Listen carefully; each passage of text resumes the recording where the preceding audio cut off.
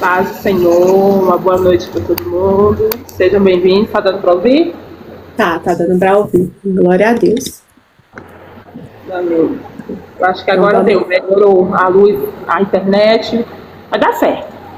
Vai dar certo, irmãos. Por incrível que pareça, é assim, sabe? Em alguns momentos, quando nós estamos fazendo a live, a internet ela fica ruim o dia todo, você não consegue assistir nada.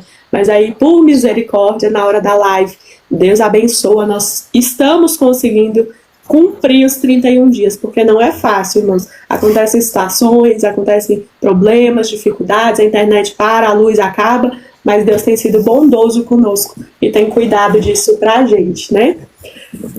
Como todas as vezes nós deixamos bem claro, né, nós não somos uma igreja, nós não somos uma faculdade de teologia. Você que chegou aqui nesse vídeo, por acaso algum familiar, algum amigo compartilhou com você esse vídeo, nós somos uma escola bíblica, tá? Nós não temos critérios de avaliação no qual você precisa apresentar faculdade, ensino médio, fundamental, nada. Nós estudamos a Bíblia totalmente gratuitos e o nosso objetivo é que a Bíblia chegue em todas as pessoas. Então, você porventura que não sabe ler, você que porventura tem alguma dificuldade de vista, nós lemos para você os versículos e nós conversamos e explicamos. Se você ficar com dúvida, você pode mandar essa dúvida para a gente através do WhatsApp, através dos seus comentários aqui embaixo, ou nas redes sociais, em qualquer plataforma que você vê um vídeo da Escola Bíblica Casa de Zadok, você pode comentar a sua dúvida, tá? E aí nós voltamos aqui e comentamos, conversamos. E se você não quiser ser identificado porque você tem vergonha, não se preocupa, nós não falamos o seu nome se você tiver vergonha, tá? Você pode ficar tranquilo. A mesma coisa com os testemunhos. Se você tem um testemunho de vida, se aconteceu algo com você que você quer compartilhar e glorificar o nome de Deus, você pode falar conosco, porque nós não falamos ou divulgamos o seu nome se você não quiser, mas nós glorificamos o nome de Deus contando que Deus ele é bom e o que Deus fez, tá certo? Glória a Deus. E é isso, reforçando, né, nós somos uma escola bíblica, não somos uma escola teológica, não somos uma igreja, somos um grupo de obreiros. Você viu eu e a Bárbara aqui, mas não somos só nós duas, tá? A escola bíblica é um grupo de pessoas, é um grupo de obreiros cristãos, servos do Senhor. Nós cremos no Senhor, cremos no Espírito Santo, cremos nos dons, na evidência dos dons nos dias de hoje. E o nosso intuito é promover a leitura bíblica, o estudo bíblico individual ou em grupo. E por que eu falo individual? Porque muitas das vezes as pessoas elas se pegam ao ensino somente o da igreja. Ah, minha igreja já tem curso bíblico, minha igreja já tem escola dominical, já tem escola bíblica. E aí a pessoa não estuda por si só, né? Você não tem um momento ali de leitura diária. Então nós vemos, né, nesse mês de janeiro, com a qual nós estamos todos os dias aqui, exatamente para promover para você, né, edificar a sua vida e também trazer para que você tenha esse momento com Deus, que você tenha esse momento de leitura bíblica individual, você e Deus, né, que você passe um tempo, né, que você tire um tempo do seu dia, né, ou na sua folga, aí na maneira que você conseguir planejar. Você tira esse tempo para que você possa ler, para que você possa estudar, para que você possa orar, para que você possa falar com Deus, para que a palavra de Deus fale com você. E isso é importante, porque às vezes a gente fica tão acostumados a depender somente do ensino congregacional, né, que é aquele ensino que você tem na igreja, ou na sua célula, na sua reunião de grupos, e aí a gente perde a essência de estudar a Bíblia sozinhos, né? E aí essa leitura, né, esse estudo, ele tem que ser um estudo, irmão, assim, vamos dizer, não é um dever nosso, mas tem que ser um privilégio, tem que ser algo a qual você não se sinta obrigado a fazer. Tem que ser mesmo de coração, né? Porque quando você chega na medida em que você se sente obrigado, né? Que tem gente que se sente obrigado, eu tenho que ler a Bíblia como se fosse uma obrigação, né? Então, assim, eu acredito que se você serve ao Senhor, se você serve a Deus de coração, né, eu acredito que você tem que ter a leitura bíblica como parte da sua vida. Não como uma obrigação, mas como parte da sua vida. Eu glorifico o nome de Deus, né? Aí a Thaís está compartilhando o testemunho dela, falando que tem sido edificante, né, na vida dela o estudo bíblico. E eu glorifico a Deus, né, pela sua vida, para todos os outros que estão conseguindo, junto conosco, fazer esses 31 dias. Por quê? Porque não é que nós estamos desvalorizando ou querendo que você não estude a Bíblia com a sua igreja, ou com a denominação, ou com a forma com que você estuda a Bíblia congregacional. O que nós estamos trazendo de reflexão para todo aquele que quer um relacionamento com Deus ou quer conhecer a Deus melhor? É porque se você depende de alguém trazer o alimento para você, é como se eu tivesse uma casa e aí eu dependo de ir lá no mercado comprar as compras, se eu posso plantar aqui, se eu tenho autonomia de dentro do meu quintal, eu plantar, eu colher, eu comer, eu não preciso depender da produção de outra pessoa, ou, por exemplo, pegar emprestado da pastora Nayara, porque eu não sei plantar, eu não sei colher o alimento. Então, existem circunstâncias na minha vida e na sua vida, na caminhada com Deus, que você pode muito bem ter a autonomia de ter um relacionamento com Deus. Existem coisas íntimas que Deus vai trabalhar na sua vida, que você, sabendo abrir a Bíblia, sabendo ler a palavra de Deus, sabendo interpretar o que Deus está falando com você, você vai poder tomar uma decisão independente se você foi a uma igreja, a uma congregação ou não. O que nós vemos hoje, principalmente na igreja brasileira, é essa dependência, como se nós tivéssemos voltado ao passado, como se nós tivéssemos voltado à época de Jesus, e você precisa ir ao templo consultar o sumo sacerdote, e aí você só pode fazer se o sumo sacerdote deixar, você só pode tomar uma decisão se ele aprovar, você só pode vestir uma roupa que ele deixar você vestir, e você só pode falar com Deus se o sumo sacerdote falar com Deus e te passar o recado. E não, irmãos, quando nós fazemos e tomamos essa postura espiritualmente, nós estamos invalidando o que Jesus fez. Ele veio, ele morreu por nós na cruz, e o véu se rasgou, e ele falou: agora eu vou, mas eu deixo para vós o Espírito Santo. Vocês agora têm a autonomia para ser morada do Espírito Santo. Então, é uma coisa que eu gosto muito de trazer aqui para você, que você, porventura, que não foi batizado no Espírito Santo, você não sabe o que é Espírito Santo, você não sabe o que é dom, você não teve esse contato, busque, ore, jejue, faça propósitos, você com Deus, para que Deus possa se revelar intimamente para você. Isso é maravilhoso, por quê? Porque você não se torna mais uma pessoa dependente. Você vai ter uma fé, nós até comentamos hoje, nós conversamos muito durante o dia, principalmente mulher, né, irmãos? Eu e a pastora Nayara tem conversa mais que sobre tudo. Então, assim, nós estávamos conversando hoje e nós falamos justamente isso. As pessoas que não têm uma base fortificada, que não conhecem Deus verdadeiramente, que são só alimentadas pela congregação ou pelo processo que elas passam de aceitar Jesus, elas se tornam dependentes. A primeiro vento que vem, o primeiro problema que vem, se vem um escândalo na igreja, se vem uma briga no casamento, se vem um problema com o filho, a pessoa ela acaba desviando, ela acaba culpando Deus, e aí ela acaba invalidando o que Jesus fez, porque a congregação ofendeu ela porque uma pessoa que se diz de Deus cometeu um erro ou um pecado. Então, a pessoa que tem uma base, você que conhece Deus intimamente, as circunstâncias elas podem vir, podem acontecer o que for. Se você sabe quem é Deus, então você jamais se desvia dos caminhos. E se você tomar a decisão de desviar, você sabe as consequências que você está escolhendo. É diferente quando uma pessoa tem uma educação rasa e ela está desviando ou se afastando de Deus por responsabilidade de outra pessoa, mas ela não tem noção do que ela está fazendo. Por isso nós vemos: Pai, perdoa. Eles não sabem o que eles fazem. Eles não conhecem a Deus, eles não sabem o que eles estão fazendo. Por quê? Porque eles não tiveram um relacionamento íntimo com Deus. Então estude a Bíblia, não dependa de nós. Tá? Tudo que nós falamos aqui em relação ao estudo bíblico é muito bom. É algo que nós estudamos para estar aqui. Tenha toda a certeza que nós temos essa responsabilidade. Mas nós não pedimos que você acredite cegamente em tudo que nós dissemos, por mais que nós oramos, falamos, que você possa verificar na Bíblia, que você possa orar também, que você possa jejuar também, para que Deus fale com você. Essa é o melhor presente que você pode dar para nós. É melhor do que você dar todas as glórias do mundo aqui na live, é melhor do que tudo. O melhor presente é você fazer isso, é você aprender a caminhar. E aí nós ficamos imensamente felizes.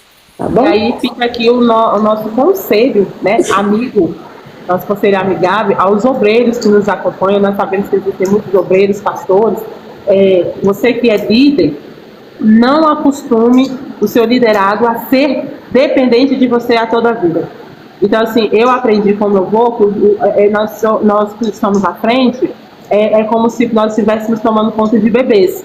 O seu intuito é fazer com que ele seja independente. Um dia ele vai ficar sem a fralda, um dia ele vai andar, um dia ele vai correr, e o intuito é isso. Então, assim, tem pessoas que ele quer que os seus liderados sejam totalmente dependentes dele, para tudo. Então, assim, você que ensina a palavra, né, você que ministra, você que dá estudo, ensine os seus liderados a eles aprenderem por eles mesmos, a eles estudarem por eles mesmos, a eles questionarem, a eles perguntarem, a eles te questionarem, porque isso não é um problema. Tem pessoas que ministram estudos que eles não gostam de ser questionados. Você precisa ser questionado, porque quando você é questionado, você também aprende, né? Você também é levado a aprender. E não torne as pessoas dependentes de você, torne elas dependentes de Cristo.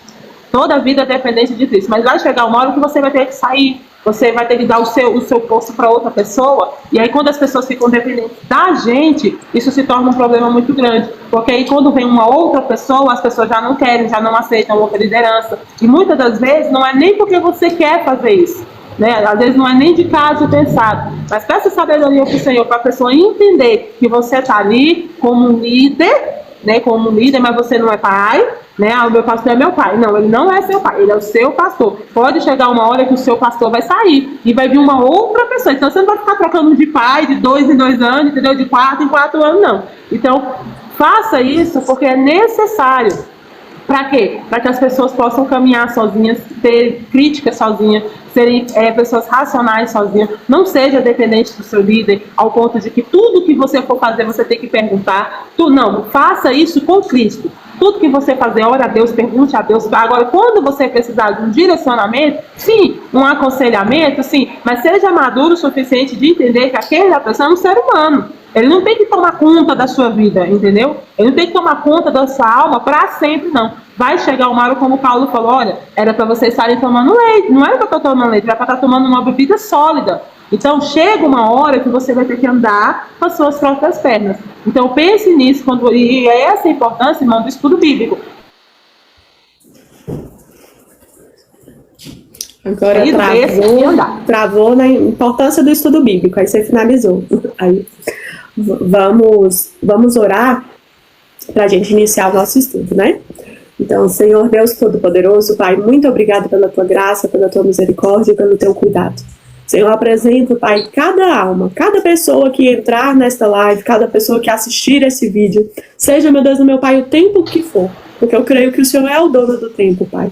Senhor, que do outro lado haja, Pai, o sinal da tua presença, o sinal, meu Deus, meu Pai, da tua palavra, que, Pai, essa pessoa possa ver, possa sentir e entender que há algo diferente. E não somos nós, não é mérito nosso, é a tua presença, Senhor. Então abre os nossos olhos, abre os nossos ouvidos e o nosso entendimento. Espírito Santo, eu te convido, se faça presente, Senhor, aqui neste lugar. E que, meu Deus e meu Pai, enquanto nós estivermos ministrando a tua palavra, que o Senhor possa estar curando, transformando, libertando, Pai, cada alma, Senhor, das garras e das armadilhas de Satanás.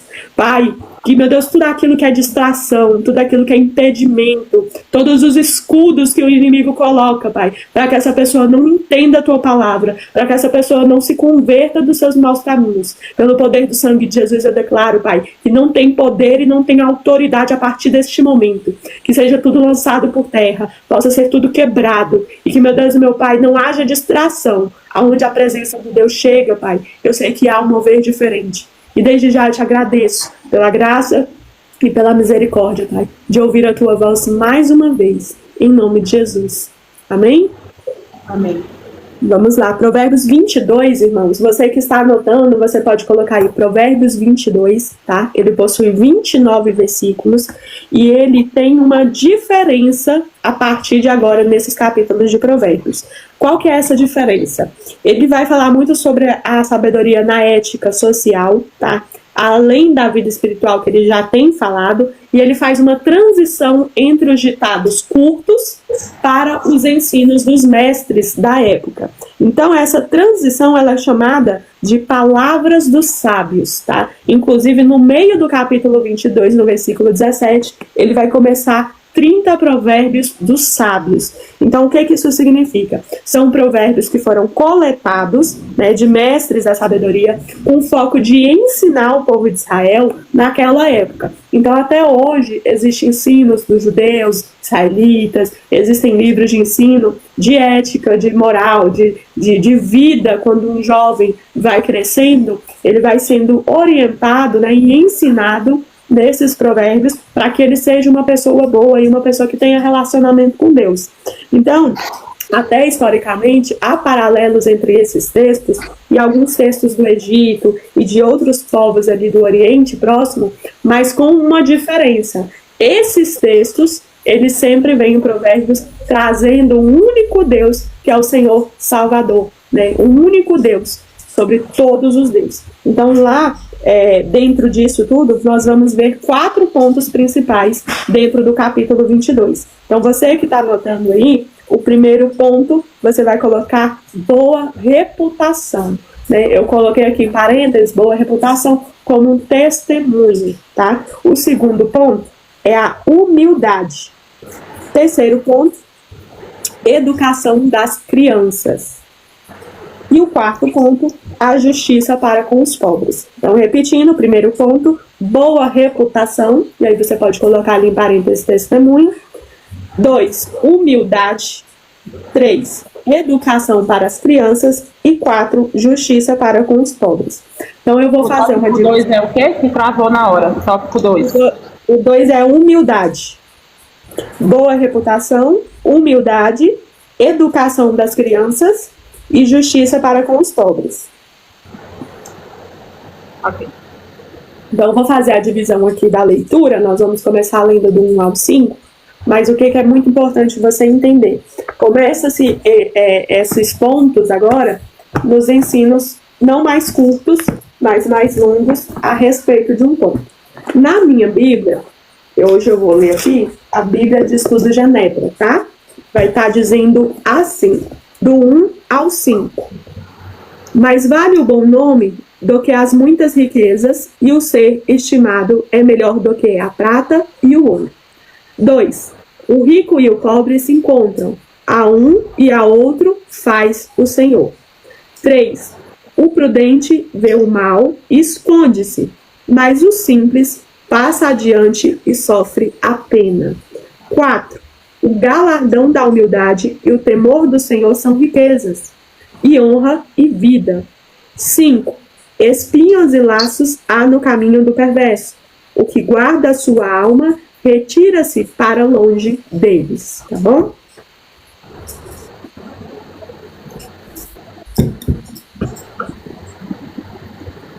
Eu vou só pontuar essa parte que a Bárbara falou sobre esses 30 provérbios, né? Então, nós vamos começar ele hoje, né? Porque, na verdade, esses 30 provérbios, ele entra no Provérbios 23 também. Eu acho que ele vai até o 24, deixa eu só conferir aqui. Isso, ele vai até o 24. Então, esse Provérbios 22, na verdade, ele vai ser aqui uma virada no livro, né? Do Provérbios 1 ao 21, nós temos um enfoque para falar para o filho, né? O filho, o discípulo, a pessoa que está começando. A partir do 22 agora em diante, você vai ver Salomão falar com os mestres, com aqueles que já são sábios, ou seja, aquelas pessoas que já têm uma certa experiência de vida. E é isso que é interessante, por quê? Porque mesmo a pessoa sendo sábio, ele dá conselhos para quem já é considerado sábio e quer ser mais sábio, né? Ou seja, é a pessoa que não se contenta com aquele conhecimento raso. Então, o livro de Provérbios, ele vem exatamente para falar sobre isso, que você pode sair do nível do insensato, que é aquele que não sabe nada, para o justo, você pode se tornar sábio, e quem já é sábio pode se tornar mais sábio ainda. Então, esse capítulo 22 em diante, ele vai falar exatamente isso, ele é um direcionamento já para quem é mestre, já para quem tem liderança, e o enfoque dele é exatamente sobre isso.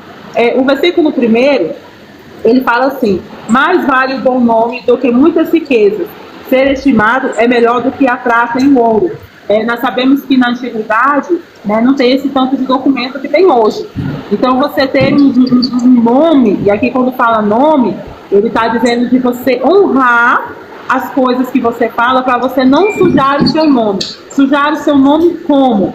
Fazendo promessas que você não cumpre, tendo tipos de comportamentos que vai trazer maus testemunhos. E aí ele fala que você ser estimado, a esse ponto, vale mais prata do que ouro. Porque naquela época existiam negócios e existiam situações em que você fechava negócios só por quem você estava fechando.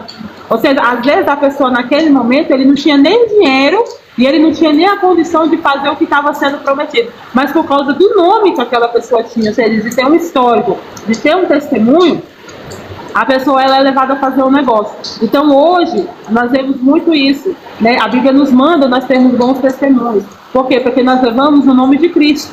Né? Então você vê hoje se você for evangelizar aí fora, tem muitas pessoas que não querem Cristo, não é por causa de Jesus Cristo, é por causa da igreja, por causa dos nossos testemunhos. Às vezes a pessoa levou, né, pegou um cheque da pessoa, comprou e não pagou, usou o nome, de assim, eu sou crente, entendeu? Aí vai lá, enganou a pessoa, e a pessoa confiou porque a pessoa era cristã, porque a pessoa era de igreja. Quantas vezes nós ouvimos isso? A pessoa chegou aqui, eu pensei que porque ele era da igreja, entendeu? E na verdade, nem todo mundo, irmão, que está na igreja está convertido.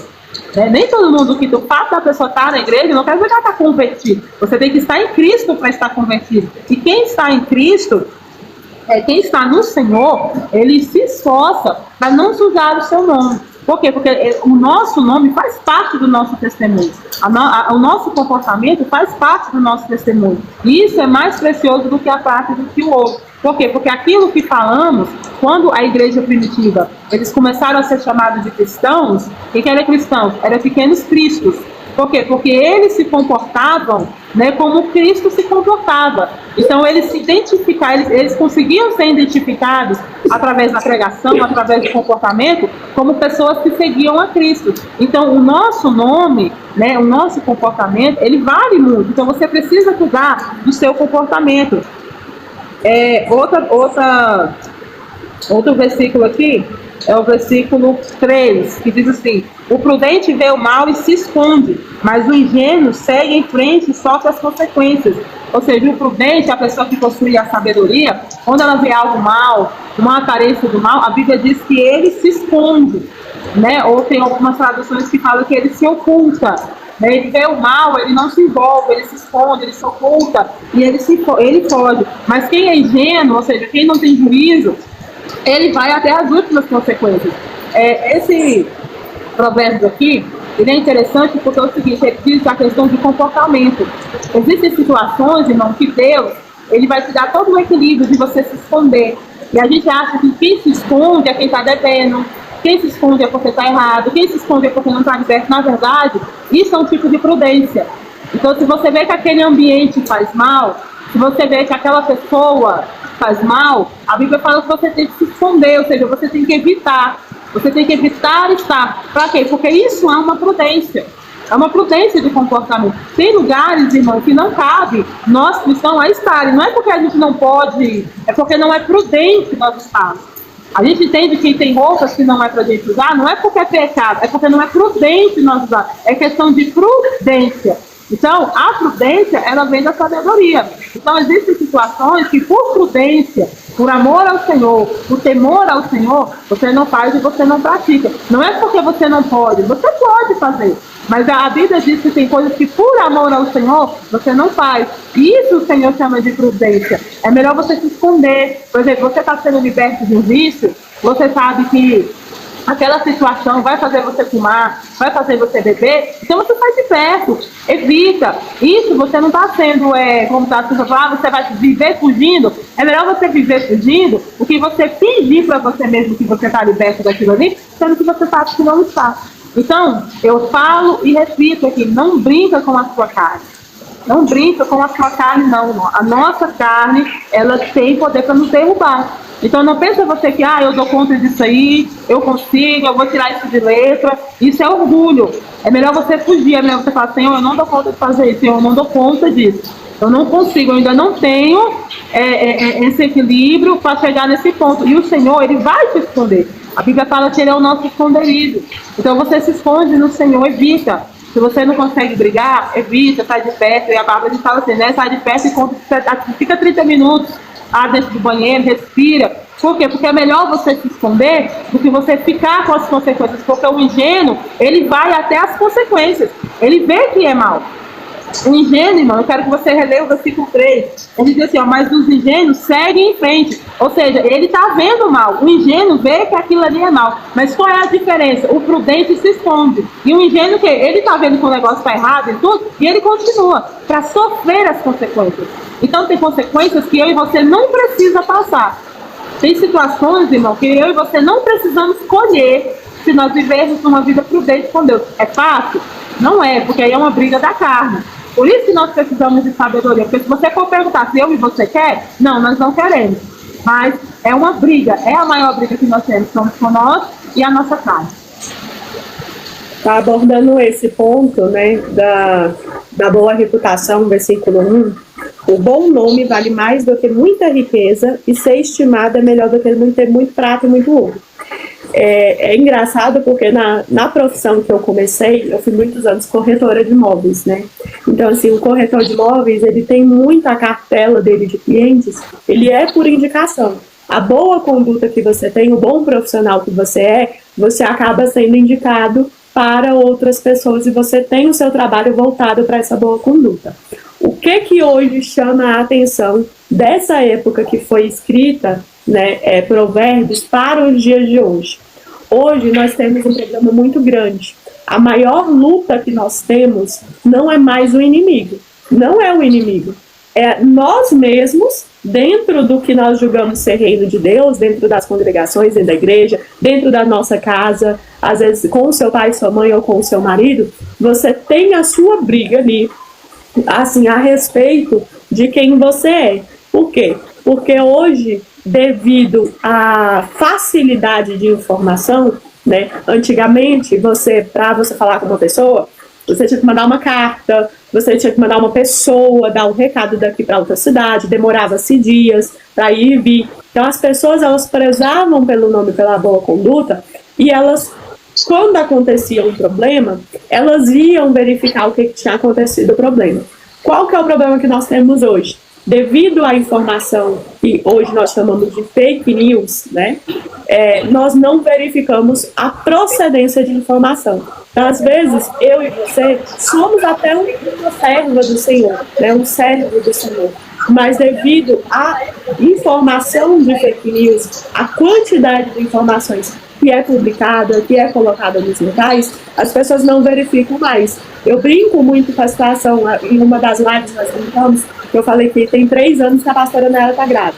Por quê? Porque dentro da nossa cidade, as pessoas que falam, que afirmam, que publicam, que repassam essa situação, por ela ser uma pessoa que está noiva, uma pessoa que ainda não se casou, divulga-se essa informação. Então, assim, as pessoas não vê eu e ela, e aí é um ensinamento que Provérbios nos ensina nisso. A Provérbios em nenhum momento vai falar, olha, se falarem algo errado de você, você vai lá, entendeu? Bate na pessoa, grita, quebra ela na porrada, até ela desfazer o que falou. Não é assim que nós agimos. A boa reputação, você deve se prezar pela sua boa reputação, você deve ser, como nós dizemos em muitos provérbios dos capítulos anteriores, a respeito do temor do Senhor. Eu sou uma boa pessoa e tenho uma boa reputação porque eu temo ao Senhor. Eu não sou porque o outro está vendo, ou porque o outro vai falar ou deixar de falar. Eu tenho um bom nome, uma boa reputação, porque eu sou uma serva do Senhor. E aí, se porventura, hoje, você passa por isso pelo que nós passamos, irmãos, é o quê? A fake news, a fofoca, a informação dos mexericos, como nós falamos nos provérbios anteriores, de que não são verdade, por quê? Porque as pessoas não chegam em nós para falar, olha, pastora Nela, isso aqui é verdade? Não, poucos, né? Nós podemos contar nos dedos os servos do Senhor que chegam na gente para perguntar o que realmente está acontecendo. Mas, se acontecer com você, tenha a fé sólida de saber, como nós lemos, que Deus ele é justo. Aqui no outro versículo ele vai falar assim, Não existe diferença entre o rico e o pobre. Versículo 2. Foi o Senhor Deus quem fez os dois. Eu posso colocar até mesmo, não existe diferença entre ninguém. Deus, ele fez o bom e o mal, o rico, o pobre, o justo e o injusto. Então Deus, a Bíblia vai dizer, Deus é o nosso advogado. Ele é a nossa justiça. Você não precisa ir atrás de justiça. Você não precisa brigar com uma pessoa. Você não precisa tirar a satisfação. Por quê? Porque se você toma essa postura, você está perdendo um dos frutos do Espírito Santo. Porque se o Espírito Santo ele é manso, se o Espírito Santo ele é justo, ele é reto, ele é íntegro, você não vai lá bater boca, você não vai brigar. Então você não vai perder o que Deus te deu de valioso, que é a presença dele, para você provar que você é justo. Você tem a certeza que a Bíblia te dá, Provérbios te dá a certeza de que Deus, ele está vendo tudo, e que ele está no controle dos bons e dos maus. E aí ele continua assim: a pessoa sensata, 3, vê o perigo e se esconde. A pastora Nayara falou, nessa versão da tradução da linguagem de hoje, ele vai chamar de insensata. A pessoa insensata vai em frente e acaba mal. Então, versículo 4, quem teme o Senhor é humilde, consegue riqueza, prestígio e vida longa. Então não precisa você querer se provar. A palavra de Deus, ela diz que Deus, ele está vendo. E ele traz prestígio, ele traz vida longa para você que é um homem e uma mulher serva de Deus. E aí, versículo 5, na tradução da linguagem de hoje, acho que o mundo fala assim: no caminho dos maus existem armadilhas e dificuldades. Então, se você dá valor à vida, se afasta deles, corre deles, para que você também não tenha dificuldades. Então, se uma pessoa está fazendo algo que você sabe que ela pode ser presa, que ela é indevido, é ilegal, né, ela está mentindo, o pai da mentira, né, é o diabo. Então, você se afasta disso, porque você não quer ter participação com o que essa pessoa está fazendo de errado. E aí é a Bíblia que me fala e fala para você, tá bom? Vamos ler do versículo 6 ao 9, que fala assim. Deixa eu pegar. Ensina a criança no caminho em que deve andar, e ainda quando for velho, não se desviará dele. É um dos versículos muito conhecidos de Provérbio. 7. O rico domina sobre o pobre, e o que toma emprestado é servo do que empresta. 8. O que semeia a injustiça cegará males, e a vara da sua indignação falhará. 9. O generoso será abençoado, porque dá o seu pão ao pobre.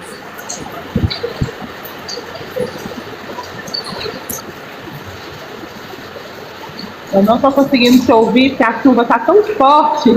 Aí por isso eu estou usando o celular aqui para poder te ouvir. A chuva está forte, tem um barulho que está caindo muito. Eu vou falar sobre o versículo 6, porque eu acho que o livro de Provérbios ele é um dos mais conhecidos, né?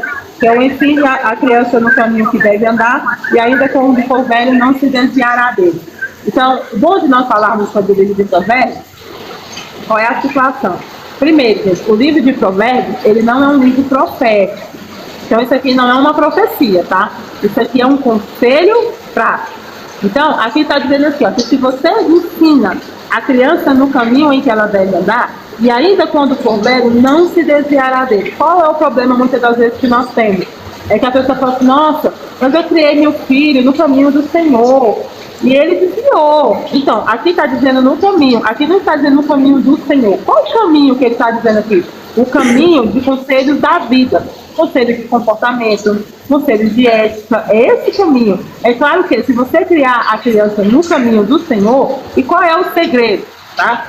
Aqui está dizendo para você criar a criança no caminho, não é o caminho. Qual é a diferença? Eu posso ensinar para o filho da Bárbara onde é que fica o paraíso. Olha, você pega, eu falo para ele onde é que ele pega. Eu estou ensinando um caminho para ele. Agora, o que eu vou ensinar no caminho? É eu ir com ele. Essa é a diferença. Às vezes você, pai, você ensinou o caminho do Senhor e você resumiu isso, ensinar ele a ir para a igreja. Não, eu ensinei meu filho para a igreja, levei ele todos os cultos, levei ele na escola dominical. Então você não ensinou ele no caminho, você ensinou ele para a igreja. O que é ensinar no Senhor? É você ensinar na igreja, em casa, no caminho da escola. Porque o que acontece? Às vezes o seu filho assistiu um culto super abençoado. Na volta do culto, ele viu você brigar com a sua esposa, ele viu você, esposa, xingar o seu marido. Então o que aconteceu? Você não está ensinando ele no caminho. Aí nós terceirizamos a nossa responsabilidade de apresentar Deus aos filhos para a igreja. Então, deixa eu te falar, o pastor, o líder, ele não é responsável para apresentar Deus para os seus filhos. Essa responsabilidade ela é sua, pai e mãe. Ela é sua, o Senhor vai cobrar. Ah, pastora, mas eu não sei. Então peça sabedoria ao Senhor, porque a Bíblia fala, se você ensinar a criança no caminho, ou seja, você andando junto com ele, quando ele crescer, ele não vai se desviar, ou seja, ele não vai se esquecer do princípio. Por mais que a criança ela é ensinada no caminho do Senhor, e quando ela cresce, ela toma o rumo dela, ela não esquece, você sabia? Ela não esquece de temer ao Senhor, ela não esquece de que Deus é grande, ela não esquece de orar, por mais que muitas das vezes ela não seja uma pessoa de ir para a igreja, ela não vai se esquecer. E esse caminho, ele serve para qualquer coisa. Se você ensinar um instrumento para uma criança, quando ele crescer, ele não vai se esquecer. Se você ensinar um comportamento bom ou ruim, quando ele crescer, ele não vai se esquecer. Então, esse ensinar aqui, ele está te dando um direcionamento. Olha, ensina a criança no caminho que ela deve andar. Ou seja, direcione ele no caminho. Você vai indo com ele. Ou seja, se você for ensinar Deus para o seu filho, você tem que ter Deus primeiro. Como é que você vai ensinar uma coisa que você não conhece? Como é que você vai ensinar uma coisa que você não tem intimidade? Então, por exemplo, eu já fui a tia Nai. Eu já cuidei de crianças, irmão. Meu primeiro departamento que eu cuidei foi de criança. Eu cuidava de filhos de obreiros que falavam para mim, olha, na minha casa a gente não ora, na minha casa a gente não lê a Bíblia, na minha casa meu pai briga com a minha mãe. E aí, quando chega na igreja, tá todo mundo lindo e maravilhoso na Santa Ceia. Aí esse menino, ele cresce, ele não quer a casa do Senhor, aí os pais ficam assim, mas o que aconteceu? A gente criou ele dentro da igreja. Esse é o problema. Você criou ele dentro da igreja, você não criou ele para Deus. Porque se você criar ele para Deus, irmão, ele é diferente de você criar ele para a igreja. Então, cria o seu filho para o Senhor, no caminho do Senhor. Porque quando ele crescer, ele não vai se esquecer disso. Então ensina ele a temer ao Senhor, ensina ele a amar o Senhor, ensina ele a respeitar as pessoas, ensina ele a ser educado, ensina ele a amar as pessoas, ensina ele a respeitar os mais velhos, os mais novos, ensina ele a respeitar o outro. Então, por quê? Porque quando ele crescer, ele vai ter essa essência com ele. Ele vai ter esse tipo de essência. Então, você que é pai, a gente fala, pastora, mas eu me ensinei. Ele cresceu, o que aconteceu? Ele não se esquece, mas ele vai ter o livre-arbítrio de escolher se ele quer seguir aquele caminho. Você ensinou o caminho. Você ensinou, você apontou para ele, olha, o caminho é esse. Mas quando ele crescer, ele vai tomar a providência, só que ele não vai se esquecer. A Bíblia fala que ele não vai se desviar dele, ou seja, ele não vai se esquecer. Se ele tomar a consequência de ir para outro, é por consequência dele. Mas ele não vai se esquecer. Então, não terceirize o conhecimento de Deus para a igreja. Não terceirize o conhecimento de Deus para o líder. Ah, é o líder, é a tia. Eu já fui tia de salinha, irmã. Eu já vi muitos filhos de crentes, mães chegaram assim, pastor, ensina esse menino a orar. Eu falei assim, não, você acha que tem que fazer isso assim. Um exemplo. A Bárbara tem um menino de 5 anos. O Oliver, não é? Tem 5 anos. Ninguém ensinou o Oliver a orar. De tanto ele vê, o Oliver ora melhor que a gente, irmão. Mas ninguém sentou com a cartilha e falou, é assim que faz. Mas se ele não vê fazer, como é que ele ia aprender? Como é que ele ia se interessar em aprender? Se não sentar para você ler a Bíblia, como é que esse adolescente vai querer ler a Bíblia? Ele não vai querer ler a Bíblia, se não tem ninguém que ele veja. Então seja o exemplo de servir ao Senhor também. Porque um exemplo, irmão, ele é o maior, é a maior pregação que você dá para criança e adolescente, é o exemplo. Esse é ensinar no caminho. Você só pode ensinar no caminho se você estiver nesse caminho. Se você não estiver nesse caminho, não tem como você ensinar. Se você não estiver no caminho do relacionamento com o Senhor, como é que você vai passar isso para uma criança? Como é que você... É a mesma coisa de você perguntar para mim, como é que você vai daqui para a Bahia? Não sei onde é, como é que você vai. Como é que eu vou te guiar, sei lá, sendo que eu nunca fui, não sei como é que faz, não sei para que caminho vou, mas eu vou te levar. Como? Vai se perder eu e vai se perder você. Então como é que você vai guiar uma criança no caminho que você não conhece? No caminho que você não está pisando nele? Então tenha esse relacionamento com o Senhor para que você seja uma testemunha fiel para a criança. Abordando isso que a pastora Nara está falando, é uma das coisas mais importantes, né? Eu aprendi na minha caminhada, eu aprendi isso com a minha avó. A minha avó, ela orava todos os dias antes de dormir, ela orava todos os dias quando ela acordava, e aí eu via ela de joelhos, ela pedia para mim orar junto com ela, e também a mesma coisa a leitura bíblica. Então hoje eu tenho esse prazer, né, de quem vê os meus filhos, vê uma diferença neles. Por quê? Porque é um trabalho constante, irmão. Eu não vou dizer para você que é fácil, porque principalmente quando é pequeno, você ensina um dia, no outro às vezes ele não quer fazer, às vezes ele está cansado, às vezes ele não vê importância. Por quê? Porque ele não tem discernimento na cabeça dele que aquilo ali tem que ser constante. Então, você vai ter que ter esse trabalho constante de... É um costume que eu tenho, né, de colocar o pequenininho para dormir, que é o de 5 anos. Então, eu boto ele para dormir, só que eu falo, olha, você ora, né? Eu estou aqui ouvindo, você ora pela gente. E aí ele ora do jeito dele, ele ora maravilhosamente bem, como a pastora Nara falou, melhor do que nós. Oramos. Por que nós dizemos melhor, irmãos? Porque nós temos a hipocrisia de achar que nós precisamos falar palavras bonitas. O que eu vou falar que vai comover, que vai agradar a Deus? Então, a maldade que está no nosso coração, na nossa idade, nós acabamos selecionando as nossas palavras. O coração de uma criança, ele é um coração sincero. Ele não vai falar nada para agradar, ele não vai falar nada porque você quer que ele fale, ele vai falar o que está no coração dele. Então, uma oração de uma criança, ela tem que ser ouvida e observada pelos pais, porque ela vai te mostrar quem você tá, o que você está conseguindo passar para o seu filho de criação. Por quê? Porque é na oração dele que ele vai ser sincero. Então você esteja atento, ouça o que o seu filho está orando e não brigue com ele. Se porventura ele está falando algo diferente ou errado, você vai ter que orar a Deus e pedir formas de você trabalhar isso nele. Porque se você brigar, ele não vai querer orar mais. E se ele está orando porventura algo errado ou algo que não é para ser orado, a culpa é minha e sua. Porque somos nós que ensinamos o caminho e somos nós que porventura passamos alguma coisa de errado para ele estar falando ali naquele momento. Então, a partir do momento que você está junto, que você ora junto, então ele ora, depois você ora. Né? Você ora e ele ouve. Ele ora e depois você ora. Porque se porventura a sua palavra de mãe e de pai é uma bênção na vida do seu filho. Então ore por ele, ore pelo dia dele, pelos amigos que vai estar na escola, pela professora, pelo pai, pelo cuidado, pelo dia que ele tem. Então, a mesma coisa é a idade que ele já tiver de ler a Bíblia. Eu vou compartilhar com vocês uma situação que eu passei. Falei, meu filho, você lê esse livro da Bíblia, lê Eclesiastes. Meu filho foi lá, leu o Eclesiastes e voltou. Falei, o que você entendeu de Eclesiastes? Ah, não entendi nada, fiquei confuso. Ah, não lembro.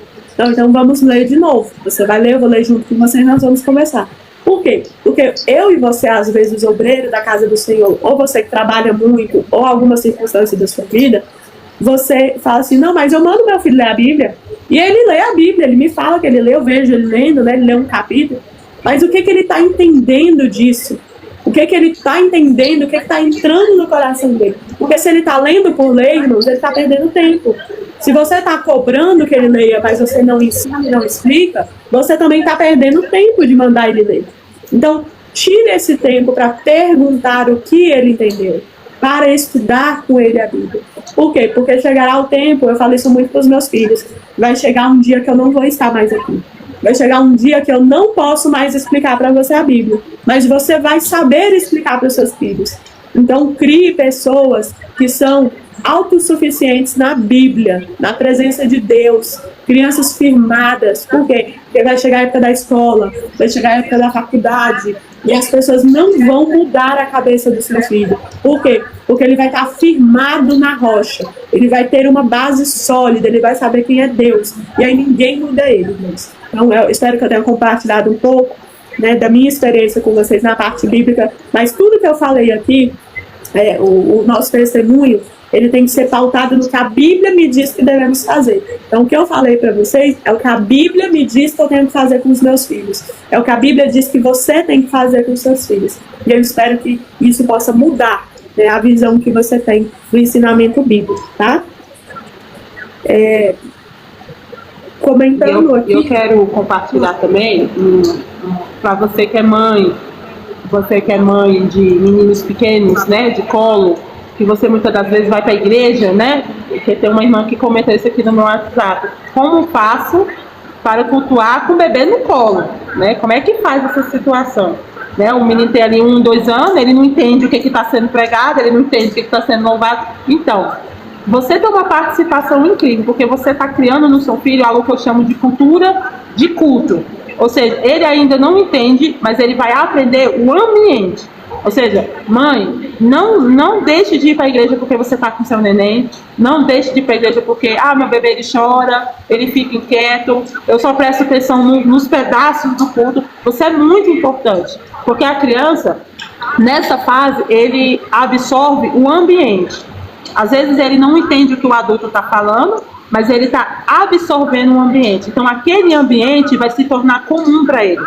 Quando ele crescer, ele vai se sentir pertencente àquele ambiente. Sabe quando é que a gente leva a criança na creche? A gente não leva ele no primeiro dia, né? A gente vai levando ele antes, que é para ele brincar no parquinho, né? Assim que a gente faz, que a gente chama período de adaptação, né? Aí você leva ele uma hora lá do lanche, para quê? Para que quando ele for, ele está ambientado ao lugar. Então, não deixe de ir.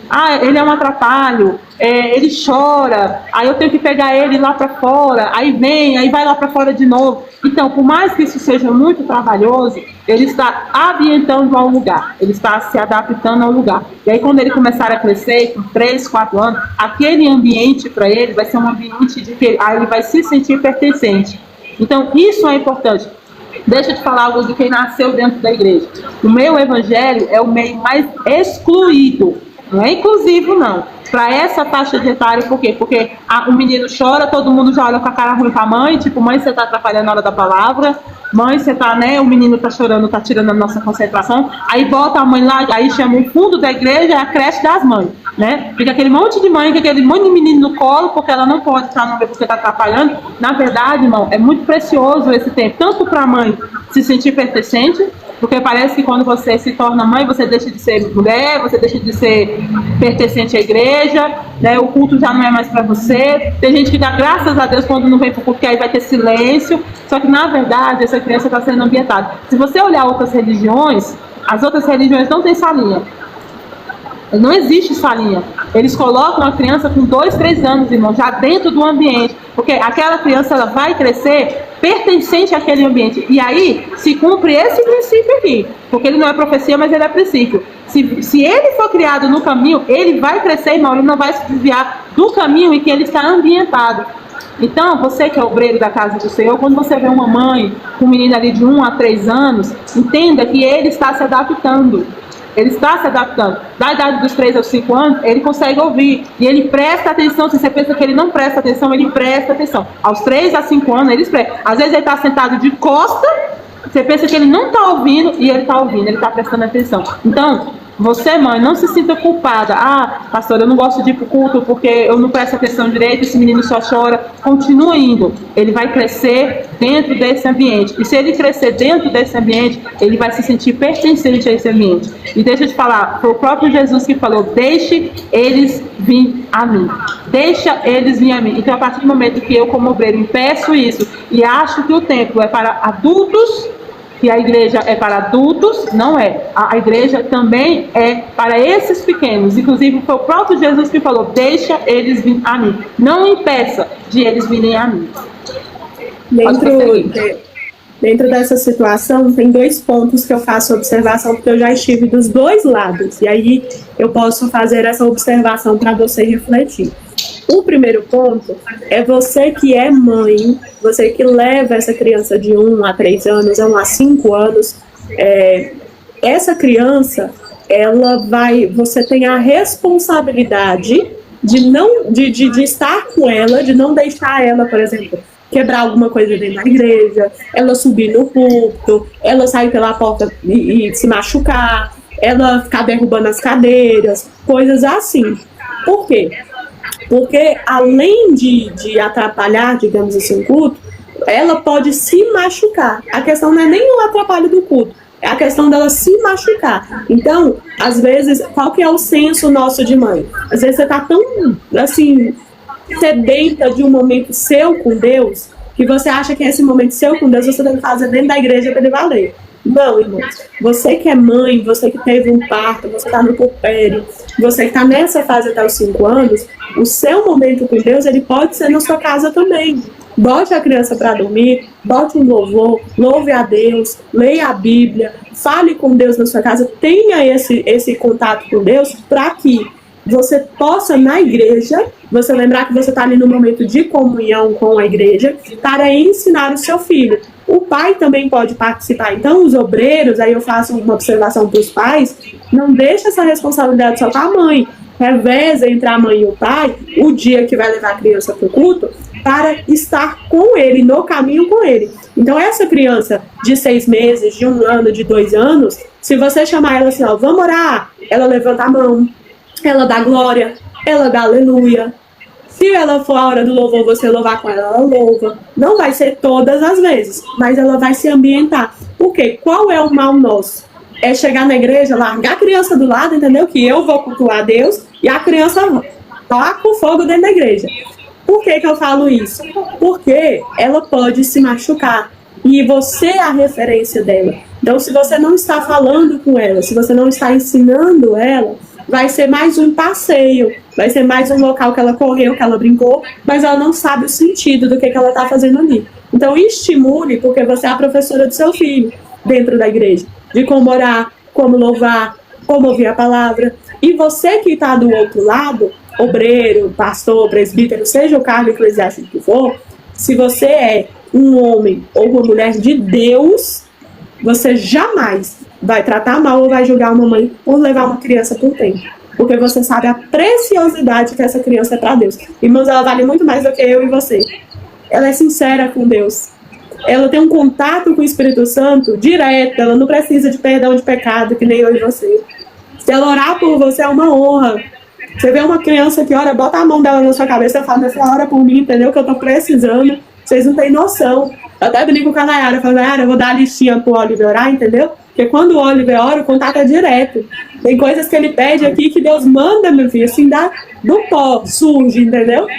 Então, você que está no púlpito, você tem que se acostumar com o choro de criança. Você tem que se acostumar com a criança brincar, correr, chorar, gritar. Não importa o que ela está fazendo. Glorifique a Deus, porque é uma criança que está dentro do templo buscando a presença de Deus, né? Não coloque as mães para fora. Não coloque esse lugar de exclusão. Façam, você que é a liderança de igreja que nos ouve, faça locais apropriados para as crianças. Se isso é tão incômodo para você, invista numa salinha, não que vai dar um desenho, mas uma salinha que vai orar, uma salinha que vai jejuar pelas crianças, uma salinha que vai buscar o Espírito Santo, vai ter batismo no Espírito Santo para as crianças.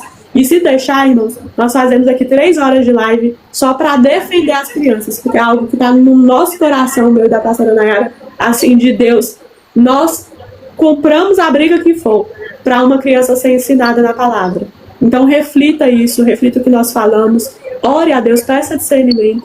Vamos trazer crianças para Jesus. Não vamos criar crianças que odeiam a igreja, crianças que levam beliscão, crianças que levam grito, crianças que levam empurrão, porque está dentro da casa do Senhor. Isso, as crianças chegam tristes. Eu já passei por situação que meus filhos chegaram tristes em casa e falaram, olha, hoje fulano me empurrou, fulano me beliscou, fulano me botou sentado e gritou comigo. Então, irmãos, é uma situação constrangedora que nós passamos e que, como mãe, faz a gente não querer mais nem estar na igreja, nem querer cultuar a Deus porque você tocou um filho. Isso dói muito o coração da gente. Então, reflita antes de você colocar uma criança para fora do templo, tá bom? Vamos continuar do versículo 10 ao 16, que diz assim: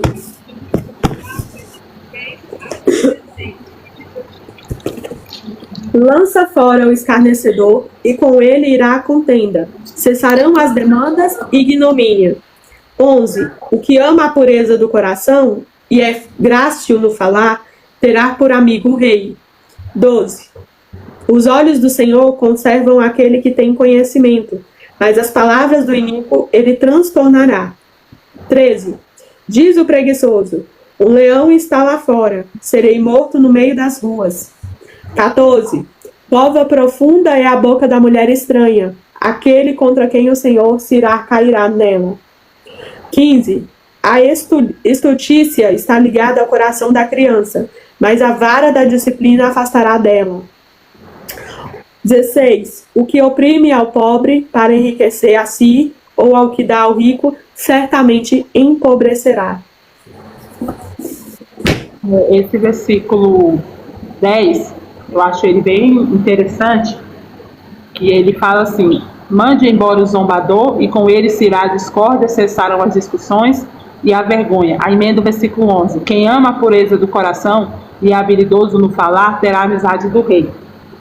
Quando a gente fala aqui de zombador, né, na verdade ele está falando de uma pessoa que não leva as coisas a sério, no sentido de da pessoa ser irônico, né, não somente irônico, como perverso mesmo, como mal. E aí, eu não sei como é que está aí na tradução da Nova Linguagem de hoje. Né? Aqui tá: mande embora a pessoa orgulhosa e acabarão as discussões e xingamentos. E aí, quando ele dá esse adjetivo, né, orgulhoso, zombador, ele fala assim: quando você afasta, aí você cessa a discórdia, a ira e a vergonha. Porque essas coisas, eles acompanham quem é orgulhoso.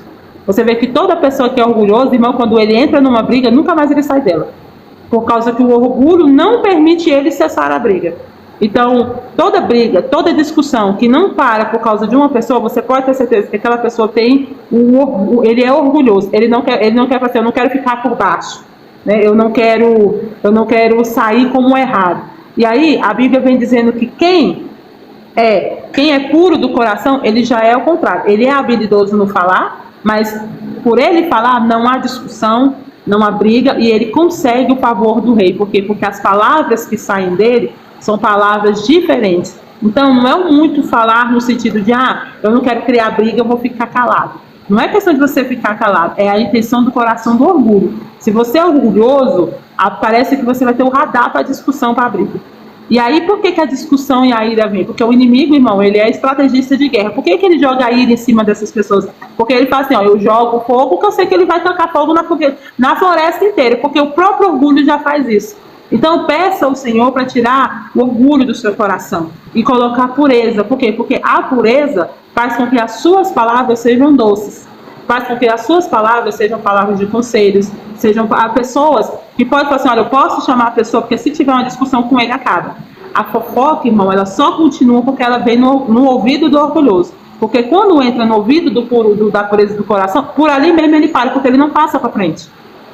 Ele não passa para frente fofoca, ele não passa para frente mau testemunho. E é por isso que as discussões se cessam. É por isso que as coisas se cessam. Então, isso tudo não é questão de intenção, não, mas eu sou puro no coração. Você é puro, você mostra que é puro nas suas ações. As suas ações, o quê? O que acontece quando uma discussão chega em você? Porque eu já vi pessoas falar assim: olha, não chama o fulano para reunião de obreiro não, porque senão vai dar polícia. Olha, não chama a fulana não, porque se você chamar ela para resolver, ela vai criar um problema, ela vai criar 10.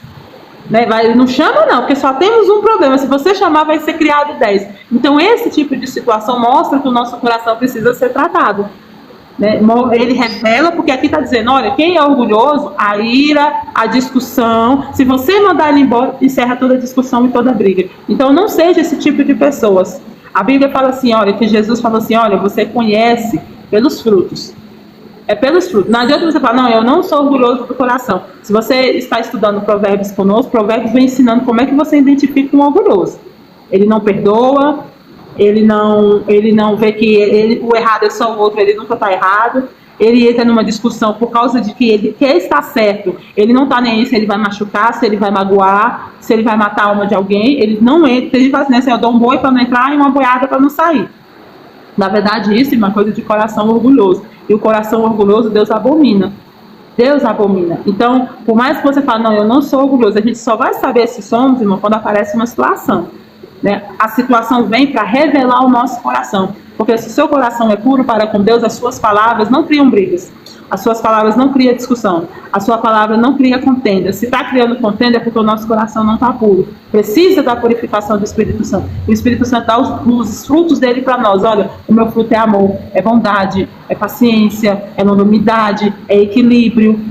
Esses são frutos do Espírito, que eu e você precisamos ter da parte do Espírito Santo. Porque é frutos do Espírito. É o sinal que o Espírito é habitação em sua. Se você falar que isso é da carne humana, onde é que a carne humana tem equilíbrio do quê, irmão? A gente tem amor e paciência de quê? A gente não tem isso, nossa carne não existe isso. Hoje eu vou contar aqui um testemunho breve. né, eu estava subindo, né, que todo dia a gente se encontra para a gente poder estar falando das coisas do Senhor e se preparando para a live. Hoje eu estava subindo, né, num chuvisco maravilhoso que eu peguei, e aí parei ali no meio do caminho, encontrei uma irmã, né, que falou que está acompanhando a live e tudo. E o interessante é que ela falou assim, olha, eu entendi através dos estudos, né, do Provérbios que está acompanhando, que o meu coração não está liberto. Eu levei um susto, né? Porque primeiro pelo cargo eclesiástico que a pessoa tem, e ela reconheceu, eu falei assim, mas por que você reconheceu isso? Ela falou assim, porque eu não consigo perdoar o meu pai. Ela falou assim, pelo que o meu pai me fez, né? A Bárbara conhece a pessoa, pelo que o meu pai me fez, eu não consigo perdoar. Meu pai é pastor, eu sou missionária, já passou, aí esse negócio de botar uma pedra, e eu percebi, através das palavras que saem dos meus lábios, que eu não perdoei. E eu preciso perdoar. Aí ela já tinha falado para mim que ela ia mandar um vídeo de uma das lives para ele, para ver o que é que ele falava. E ela mandou, e ele falou assim, olha, o assunto já morreu, né? E aí morreu, morrido está. Foi o que ele falou. Só que para ela percebeu que o coração dela ainda não perdoou. Por mais que as palavras tenham perdoado. E ela percebeu, olhando para o coração dela, que o coração dela estava enganando ela. Né? Para você ver, irmão, o poder do estudo bíblico da palavra. Ela falou assim, eu percebi que o meu coração estava me enganando, porque isso ainda me dói. Isso ainda me dói porque não houve um perdão. Aí eu falei assim, aí eu perguntei para ela, o que é que você vai fazer a respeito disso? E aí eu ouvi uma coisa muito linda, ela, eu estou pedindo sabedoria para Deus. Eu estou aprendendo a pedir sabedoria para Deus, porque eu já briguei, eu já liguei xingando, ou seja, o coração, né? Eu já tentei resolver no grito, já tentei resolver de todos os jeitos, e eu percebi que eu nunca conseguia resolver. Agora eu estou pedindo sabedoria para Deus. Então, irmão, é isso. É você entender que o seu coração, não deixe o seu coração te enganar. Porque às vezes você está achando que é uma coisa, e é orgulho do coração. Ah, não, mas se eu for lá, eu vou resolver, eu quero isso, eu quero aquilo, eu quero que todo mundo...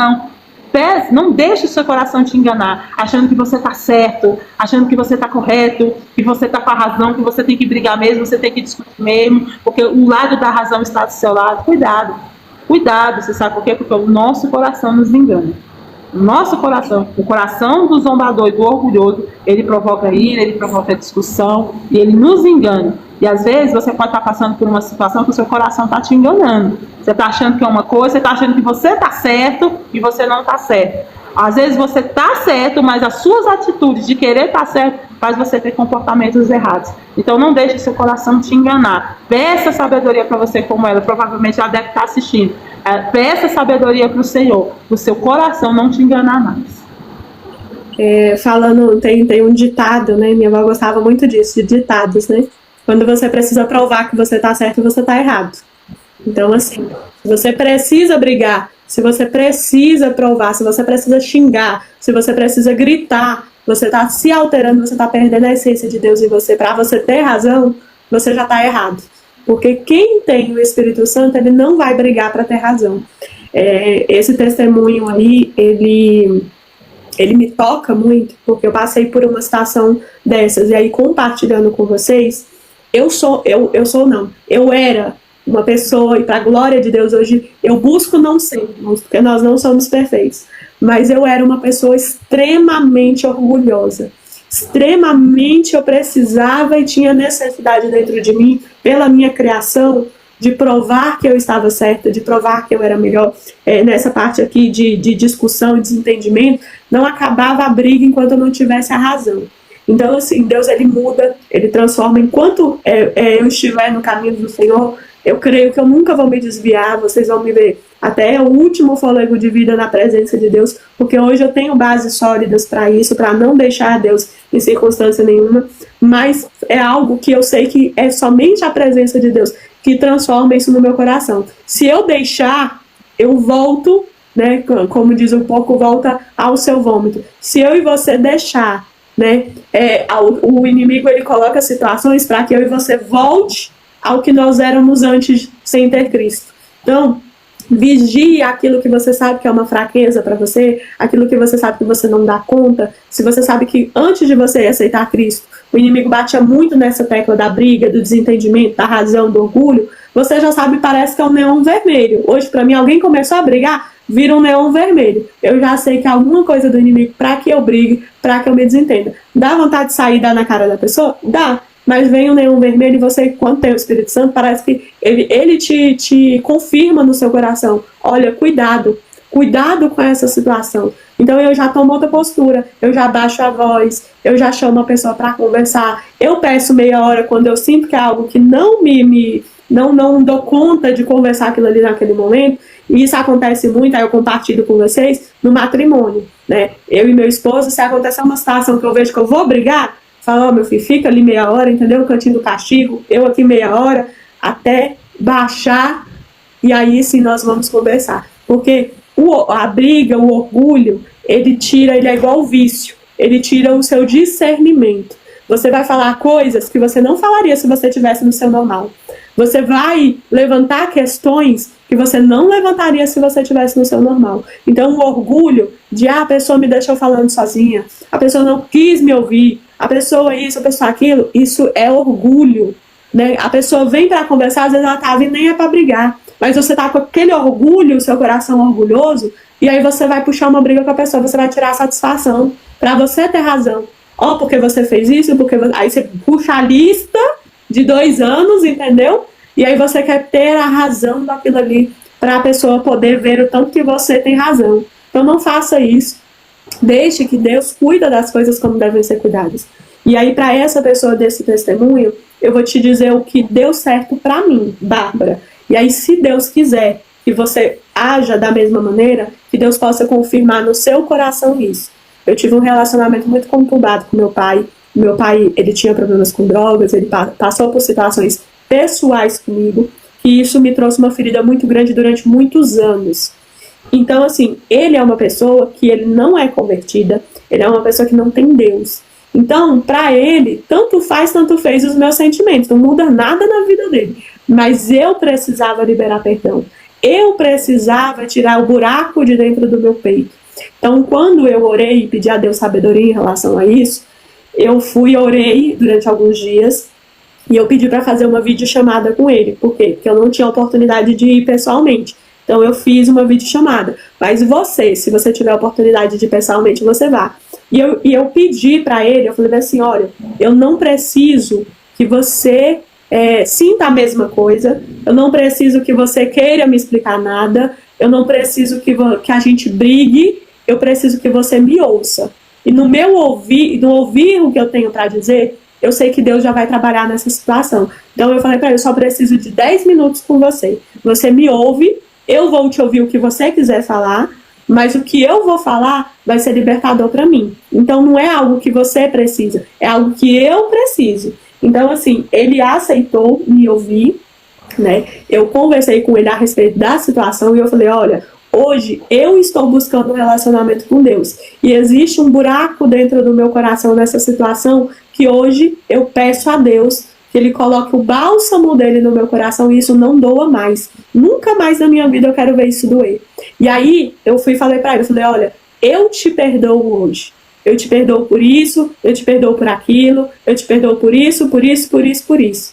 E eu entendo que se Deus permitiu que você fizesse isso comigo, eu sei que é o mesmo Deus que pode me curar dessa ferida. Porque Ele permitiu e eu sei que Ele está no controle de todas as coisas. Eu sei que Deus, irmãos, para mim e para você que está dentro dessa situação, por mais horrível que seja a situação, Provérbios ele me fala que Deus está com o justo e com o ímpio. Ele está nos nossos acertos e nos nossos erros. Por mais horrível que seja a situação que você passou, que eu passei, eu sei que o que importa é que a minha alma esteja com Deus. Eu sei que isso não impede, né, Deus ter um contato comigo. Ele não impede Deus ter um contato com você. Então, perdoe o outro. Não por causa do outro, mas perdoe porque você quer ter um relacionamento com Deus. E quando eu falei isso, para mim foi um bálsamo dentro do meu coração, porque Ele me ouviu, né? Ele me ouviu o que eu tinha para dizer, eu liberei o perdão e eu orei para que Deus pudesse, né, ter misericórdia dele por tudo que aconteceu e ter misericórdia de mim, para que os nossos caminhos a partir de agora pudessem andar. E aí, irmãos, ele falou o que ele quis falar, e aí eu compartilho com vocês que eu ouvi que não foi nada fácil né? Eu ouvi que ele não estava nem aí, que era assim mesmo, que eu só passei porque eu quis passar, porque no orgulho e na razão dele, como eu falei para vocês, ele não é uma pessoa convertida. Então a resposta que ele me deu foi uma resposta totalmente maligna. Por quê? Porque a forma com que ele falou orgulhosa, se eu não tivesse discernimento de Deus naquele momento, essa conversa tinha virado para uma briga. Então, o final da conversa, depois de eu ter liberado perdão, depois de eu ter melhorado a ferida que eu tava, eu ia sair de lá xingando ele, eu ia brigar, eu ia gritar, eu ia querer ter razão. Então, por mais que você ouça do outro o que você não queria ouvir, ele não te perdoou, ou ele não quer te dar perdão, ou ele ainda se acha na razão, você fala assim, Senhor, eu fiz a minha parte. E aí, eu simplesmente falei para ele, olha, respeito a sua opinião, não concordo, mas eu respeito, e que Deus abençoe a sua vida, que Deus tenha misericórdia de você até o último dia da sua vida, porque provavelmente eu não vou estar lá, eu não tenho vínculo com ele, apesar de ser meu pai, eu não tenho vínculo pelas escolhas que ele fez e pelas escolhas que eu tenho com os meus filhos de não ter contato com isso. Então, assim, eu tenho certeza que se você suportar até o final, Deus ele tem esse bálsamo para você, porque pode ser que você ouça o que eu ouvi, que ele não está nem aí, mas Deus ele trabalha. E se você não tem a oportunidade de conversar com essa pessoa, escreva uma carta. Escreva uma carta de todo o que aconteceu, de tudo que você tem que liberar perdão, de tudo que você tem, e apresente essa carta a Deus. Apresente, ore para que Deus te dê esse bálsamo. Melhor que você vá até a pessoa, mas se for algo impossível, se a pessoa já faleceu, se você não pode ir, se você não, ou a pessoa se negou a conversar com você, eu sei que Deus ele vai receber, né, esse desabafo seu através de uma carta, com tudo que você tem que liberar perdão. Mas não deixe isso se alastrar. Não vá até o último dia da sua vida com esse peso. Porque Deus, ele quer te ver feliz. Ele quer que você viva em paz. Ele quer que você crie os seus filhos felizes. Ele tira a nossa carga, porque a carga dele é leve. Então ele tem esse bálsamo para você. Peça que ele te dará. Amém? Então vamos continuar a leitura do 17 ao 21. Diz assim: inclina o ouvido e ouve as palavras dos sábios, e aplica o coração ao meu conhecimento, porque é coisa agradável os guardares do teu coração, e os aplicares todos os teus lábios. 19. Para que a tua confiança esteja no Senhor. Quero dar-te hoje a instrução a ti mesmo. 20. Porventura não te escrevi excelentes coisas acerca de conselhos e conhecimentos? 21. Para mostrar-te a certeza das palavras da verdade, a fim de que possas responder claramente aos que te enviarem. E aqui, a partir desse versículo 17, é que começa os 30 provérbios, né? E muitos desses provérbios pegam 2 versículos, 3 versículos. E por que ele está destacado aqui? Porque ele tem uma função. Esses 30 provérbios, ele tem uma função específica que está a partir do versículo 19, que fala assim: quero que a sua confiança esteja no Senhor, por isso hoje te dou essa instrução a você mesmo. Aí o versículo 21, fiz isso para que você tenha certeza das palavras da verdade, a fim de que possa responder claramente aos que lhe fizerem perguntas. Ou seja, esses 30 provérbios, né, como nós falamos, ele é direcionado aos sábios, para que eles se preparem para responder perguntas. Né, os sábios, eles eram conselheiros, né? Eram pessoas que eram buscadas para você ter conselhos. E o interessante dessa palavra aqui é que o Senhor, ele nos ensina para que nós possamos ensinar. Né? Ele nos torna sábios para que possamos falar com as pessoas. E eu acho isso muito lindo, irmão, porque tudo do Senhor é compartilhado. Se ele te dá um dom, não é para você. Se ele te dá um talento, não é para você. Se ele te dá alguma sabedoria, não é para você, é para o outro. Porque nós vivemos em comunidade, né? Nós vivemos com pessoas. Por isso que ele fala que somos membros de um corpo, ou seja, nós somos um só. Nós somos vários, o corpo é um, nós somos vários. E aí, esse versículo fala assim, que para que você possa responder claramente, esse é um dos versículos tema da casa de Zadok. O que nós aprendemos da parte do Senhor para nós falarmos? E esse vínculo, ele é muito bom, porque você só pode falar aquilo que você viveu e aquilo que você aprendeu. A palavra de Deus, ela nos dá esse desafio de você falar aquilo que você aprendeu. Salomão está falando, olha, eu vou te ensinar para você poder falar claramente. Ou seja, o que é essa clareza? É a certeza da convicção do que você está falando. Talvez hoje, você que está me ouvindo aí, você esteja anos na igreja, mas você não pode falar com clareza porque você não viveu Deus na sua plenitude. Você não aprendeu no Senhor na sua plenitude ao ponto de falar com tamanha clareza. E como é que você vê a clareza de verdade? É na hora da tribulação e na hora do aperto. Um dos exemplos que nós temos é quando os discípulos estão com Jesus. Quando eles estavam ali na beira da praia, que Jesus está fazendo milagres e tudo, eles estavam com Jesus. Mas eles mostraram aquilo que eles eram quando Jesus ele entra no barco.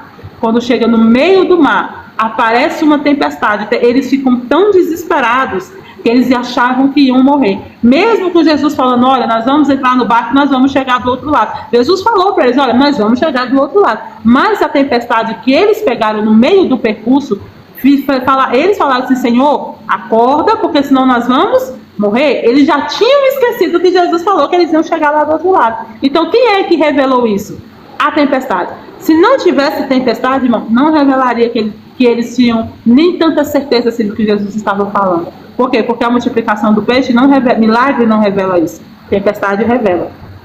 Então, quem nós somos com o Senhor vai ser revelado na tempestade. Então, existem situações que o Senhor vai nos colocar para a gente se provar. Por quê? Porque você precisa ter convicção. E é nessas horas que a convicção aparece, irmão. Se você crê, é nessa hora que você vai mostrar que crê. E se você não crê, é nessa hora que você vai mostrar que não crê. Então é por isso que Salomão está falando, olha, sabe, você vai ser provado na verdade, para que quando você for ensinar, você ensine com clareza.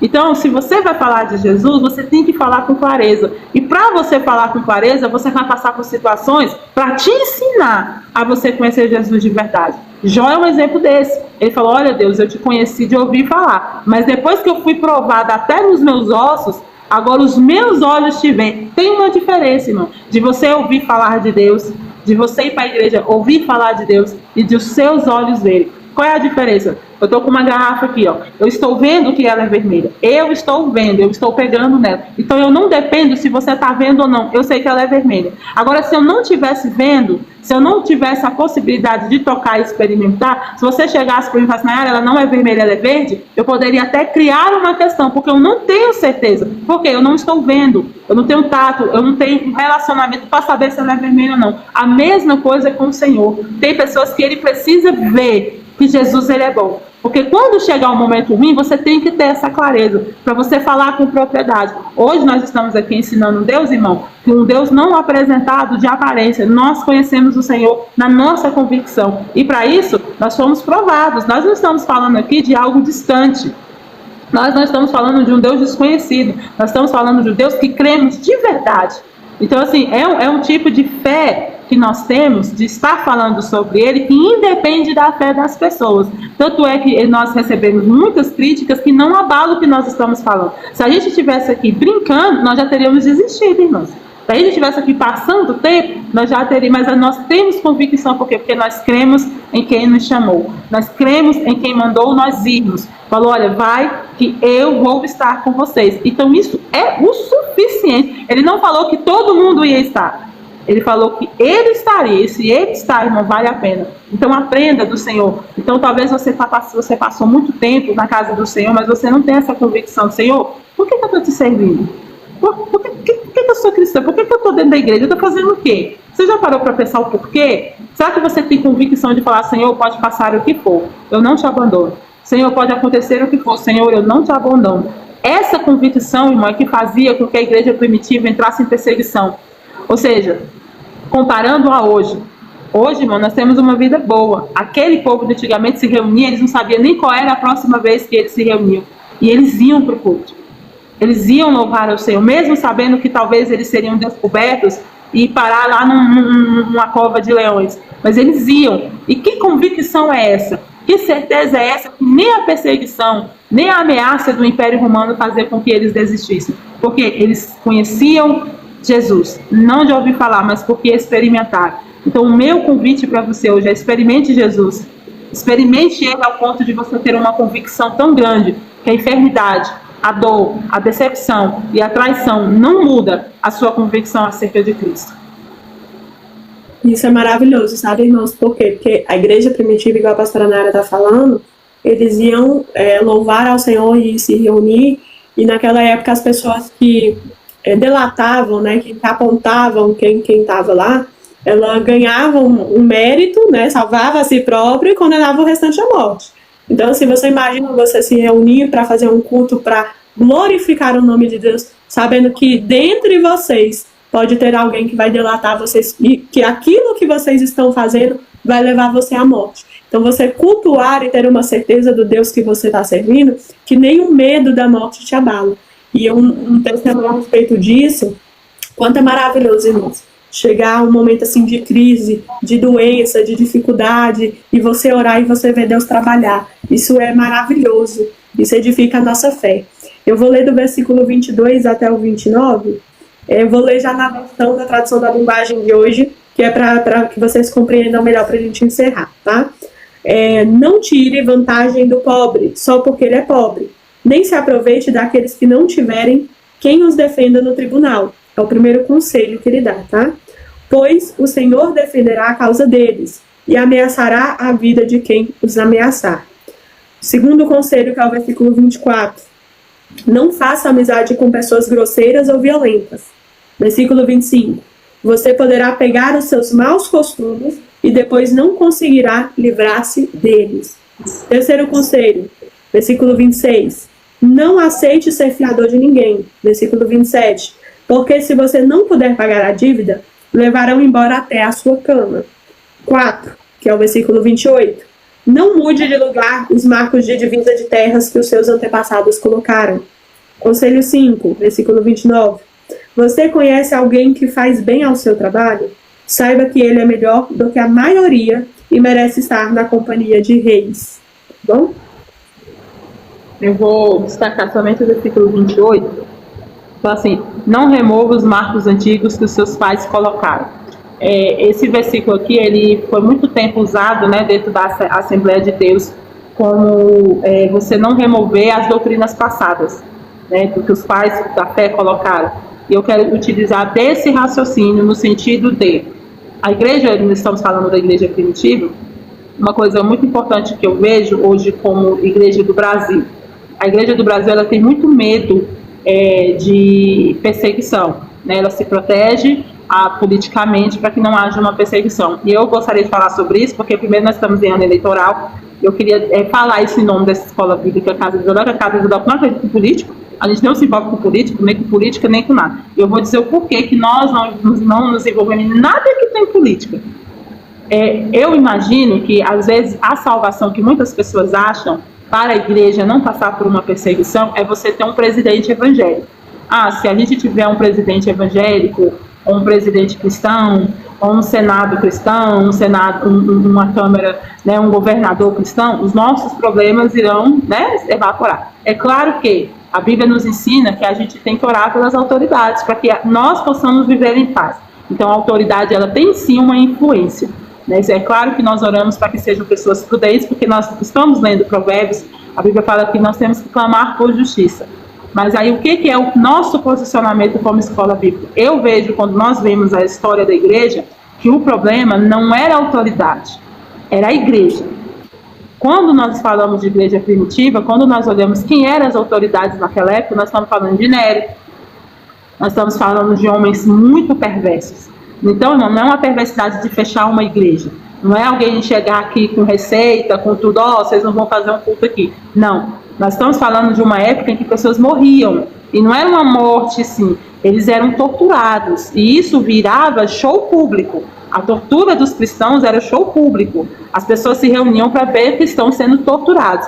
Então, essa igreja poderosa, que cria milagres, que cria dons, ela era dessa época. Aquelas autoridades não tiravam delas dom, não tirava delas milagre, não tirava delas oração. Eles continuavam crendo, mesmo tendo Nero no poder, mesmo tendo Domiciano no poder, mesmo tendo homens terríveis como o Império Romano. E nem assim, essa igreja com essa autoridade, terríveis, homens demoníacos, diabólicos, com pensamentos diabólicos, essa igreja crescia na graça e no poder. Então o problema não era a autoridade, era a convicção que essa igreja tinha.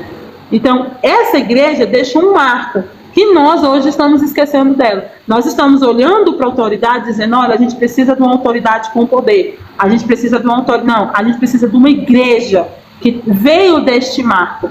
Uma igreja que ora, uma igreja que crê no Espírito Santo. Porque se essa igreja, ela for essa igreja hoje, você pode botar um Nero no poder. Ela não fecha. Porque essa igreja primitiva, ela não fechou por causa de Nero.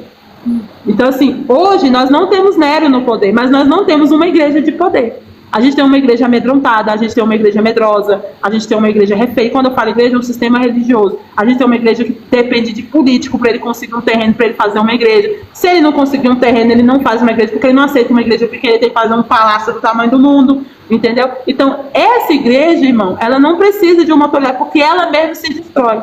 Porque se a gente olhar para o passado, pelo marco do passado, que nós estamos destruindo, aquela igreja ela não tinha a influência política e religiosa que nós temos hoje. Ela era uma igreja escondida, mas ela era uma igreja de poder. Paralíticos andavam, pessoas oravam, pessoas saíam das prisões milagrosamente, porque a igreja não temia Nero. Nero morria de medo da igreja, por isso que você não persegue, irmão, pessoas que você gosta, você só persegue inimigos. Você só persegue quem te afronta. Então essa igreja de poder, ela afrontava esse império. Tanto é que hoje, onde é que está esse império romano? Ele não existe mais, mas a igreja, ela existe. Ela está até aí. Então Nero não venceu. Agora, a minha pergunta hoje é, onde estão esses marcos dentro da igreja hoje, que ela precisa de um político lá no poder, com tudo, porque a igreja de hoje já não tem poder. Porque se ela é uma igreja que ora, é uma igreja que busca o Espírito Santo, ela é uma igreja que busca os dons da parte do Senhor, é uma igreja que busca o temor do Senhor, irmão, pouco importa quem está no poder. Não destrói ela, não derruba ela, porque a Bíblia está dizendo, se você guardar, não deixe de você tirar os marcos que os seus pais deixaram. Os pais da fé, irmão, cria no Espírito Santo, cria no batismo com o Espírito Santo, eles oravam para isso, eles passavam horas clamando pelo Senhor, Senhor manda, Senhor traz, Senhor transforma, Senhor batiza, batizava jovens com o Espírito Santo, crianças. A igreja de hoje é uma igreja acomodada. Então é por isso que ela precisa de um político meio, porque ela não sabe combater esse sistema, porque ela não ora, ela não busca, então ela se torna refém desse processo. É por isso que nós não cremos em político. Porque nós como escola bíblica, cremos que o político usa a igreja quando ele quer. Agora, se formos igreja como os marcos dos nossos pais deixaram, irmão, nós não temos medo de quem está no poder, porque nós sabemos que o maior poder está ao nosso lado, porque a Bíblia diz, se eu estiver com vocês, e vocês estiverem em mim, irmão, tudo que você pedir acontece da parte do Senhor. E se o Senhor está conosco, nós somos maioria. Então esse é o nosso posicionamento. Nós cremos que se nós estivermos com marcos do passado, irmão, marcos que os nossos pais nos deixaram, de que o Espírito Santo batiza, ele capacita, o Senhor ele cuida da sua igreja, é o Senhor quem traz, é o Senhor quem faz, é o Senhor quem revela, a igreja ela não fica refém do mundo político. Então, esse é o nosso posicionamento. Por isso que nós não acreditamos em politicagem, nós não nos envolvemos com essas coisas. A gente não tem nada contra com quem gosta, com quem vai, porque é bíblico nós orarmos e tudo. Mas nós entendemos que o que precisa mudar não é as cadeiras, é a igreja. A igreja precisa voltar a ser a igreja de verdade, porque nem Nero derrubou ela. Agora, essa igreja de hoje não precisa do Nero no poder para você derrubar ela. Basta você falar que vai fechar as portas e todo mundo se amedronta. Ninguém se une mais para orar, ninguém se une mais para buscar o Senhor, ninguém ceia mais em comunhão. E aí, irmão, não precisa nem de um Nero para amedrontar. Nós mesmos destruímos uns aos outros com esses pensamentos.